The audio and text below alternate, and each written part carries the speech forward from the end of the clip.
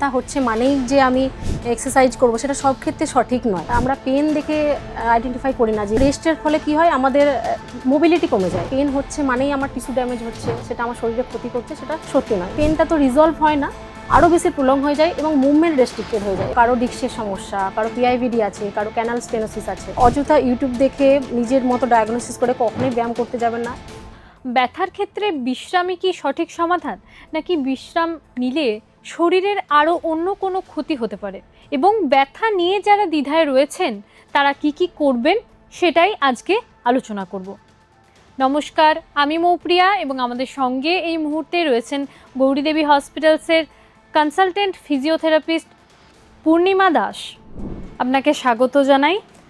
নমস্কার, আমি Purnima Das, consultant physiotherapist of Gauridevi hospital. প্রথমেই জানতে চাইব, ঘাড়ে ব্যথা, হাঁটু ব্যথা এবং বিভিন্ন জায়গায় ব্যথা হলে আমাদের প্রথম প্রতিক্রিয়া হয় বিশ্রাম নেওয়া। তো বিশ্রাম নেওয়া কি সবসময় ঠিক, নাকি কখনো কিছু সমাধান অন্য কিছুও হতে পারে? না, দেখুন, বিশ্রাম সবসময় সঠিক সমাধান নয়।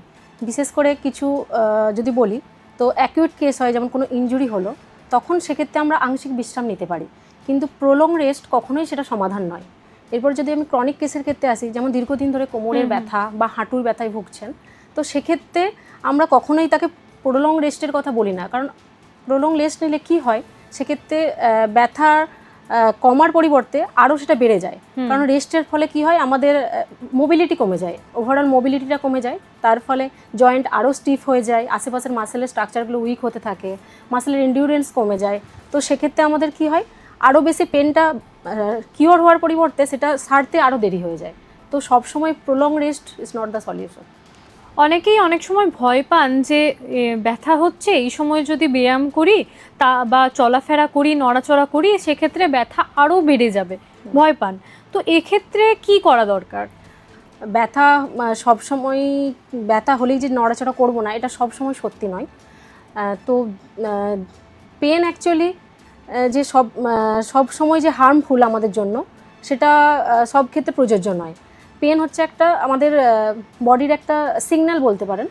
তো এটা থেকে আমরা বুঝি যে আমাদের বডির কিছু পরিবর্তন ঘটছে, কিন্তু সবসময় যে পেন হচ্ছে মানেই আমার টিস্যু ড্যামেজ হচ্ছে, সেটা আমার শরীরে ক্ষতি করছে, সেটা সত্যি নয়। বিশেষ করে ক্রনিক পেনের ক্ষেত্রে, যারা অনেক দিন ধরে কোমরের ব্যথা বা হাঁটুর ব্যথাতে ভুগছেন, তাদের ক্ষেত্রে আমি যদি বলে দিই রেস্ট নিন, তাহলে একই জয়েন্ট আরও বেশি স্টিফ হবে, তো পেনটা আরও বেশি দীর্ঘস্থায়ী হয়ে যায়। তো রেস্ট কিন্তু সবসময় যে ব্যথা হলেই নড়াচড়া করব না, সেটা সব ক্ষেত্রে সত্য নয়। কোন ধরনের ব্যথার ক্ষেত্রে বিশ্রাম বেশি জরুরি, আর কোন ধরনের ব্যথার ক্ষেত্রে ব্যায়াম করা ভীষণ জরুরি? হ্যাঁ, এরপর বলি, যদি অ্যাকিউট কোনো ইনজুরি হয়, ধরুন ফ্র্যাকচার হলো বা কোনো soft tissue injury like ligament injury, তো সেক্ষেত্রে আমরা পেশেন্টকে বলি কি রেস্ট নিন। সেটা কিন্তু প্রলং নয়। ইনিশিয়াল কিছুদিন আমরা রেস্ট নিতে বলি, তারপর তাকে অ্যাক্টিভিটির মধ্যে ফিরে যেতে বলি। কিন্তু এরপর যদি ক্রনিক কেস হয়, ধরুন অনেক দিন ধরে, বছর বা মান্থ থেকে তারা কোমরের ব্যথায় ভুগছেন বা হাঁটুর ব্যথায় ভুগছেন বা ফ্রোজেন শোল্ডার, এক্ষেত্রে আমরা তাদেরকে বেশিরভাগটাই অ্যাডভাইস করি কি আপনি যতটা পারবেন আপনি মোবিলিটির মধ্যে থাকুন। ঠিক আছে, কারণ মোবিলিটি যত বেশি কমবে তত বেশি আশেপাশের সফট টিস্যুগুলো টাইট হতে থাকে।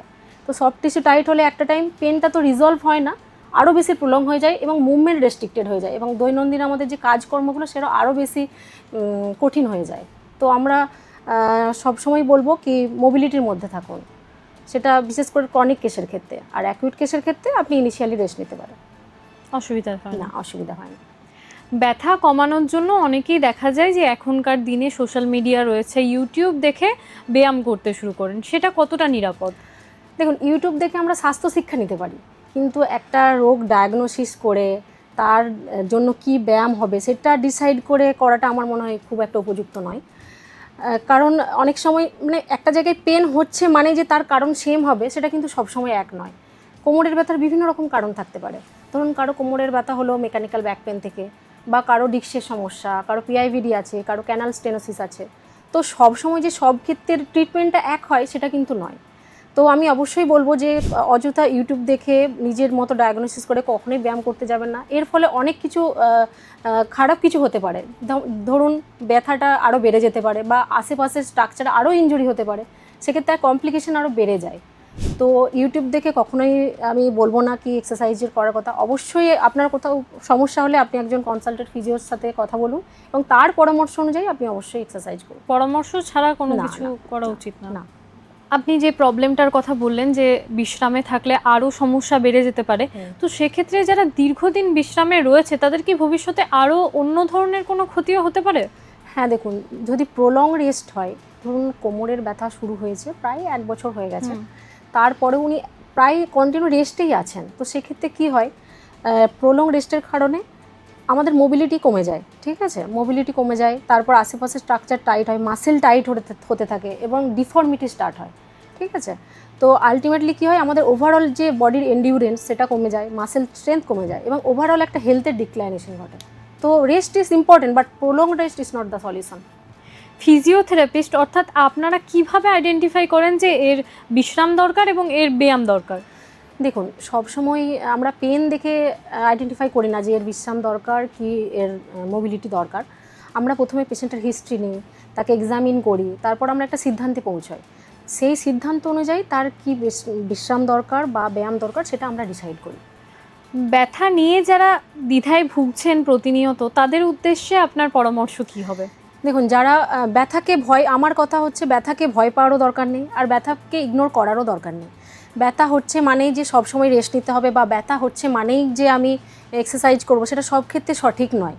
আপনারা অবশ্যই কোনো ব্যথা হলে সেটাকে বুঝতে হবে এবং বুঝে তার জন্য প্রপার ফিজিওথেরাপিস্টের গাইডেন্স অনুযায়ী তাকে এক্সারসাইজ করতে হবে, সেটাই আমার মনে হয় বেশি উপযুক্ত হবে। অনেক সময় সঠিক সময়ে সঠিক এক্সারসাইজ অনেক সময় ওষুধের মতো কাজ করে, ঠিক আছে, কিন্তু সেটা অবশ্যই হতে হবে একজন কনসালটেন্ট ফিজিওথেরাপিস্টের অ্যাডভাইস অনুযায়ী। আপনাকে অনেক অনেক ধন্যবাদ। আপনারা শুনলেন আমাদের বিশেষজ্ঞ ঠিক এই বিষয় নিয়ে কি জানালেন। এই বিষয়ে যদি আপনাদের আরও কিছু জানার থাকে তাহলে অবশ্যই আমাদের ইউটিউব চ্যানেল রয়েছে, সেখানে কমেন্ট করতে পারেন, অথবা আমাদের গৌরীদেবী হসপিটালসের হেল্পলাইন নাম্বার তো রয়েছেই, সেখানেও যোগাযোগ করতে পারেন। সুস্থ থাকুন, সতর্ক থাকুন। ধন্যবাদ।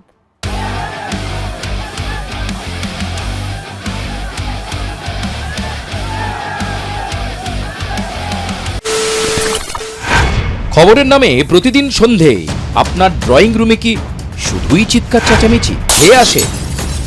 বিতর্কের নামে চলে গালাগালি আর কাদা ছোড়াছুড়ি। এবার সময় পরিবর্তনের, কারণ আমরা কান ফাটানো চিৎকারে বিশ্বাস করি না। আমরা বিশ্বাস করি খবরের সত্যতায়। আমরা কোনো পক্ষের হয়ে গলা ফাটাই না, আমরা সাধারণ মানুষের হয়ে প্রশ্ন তুলি।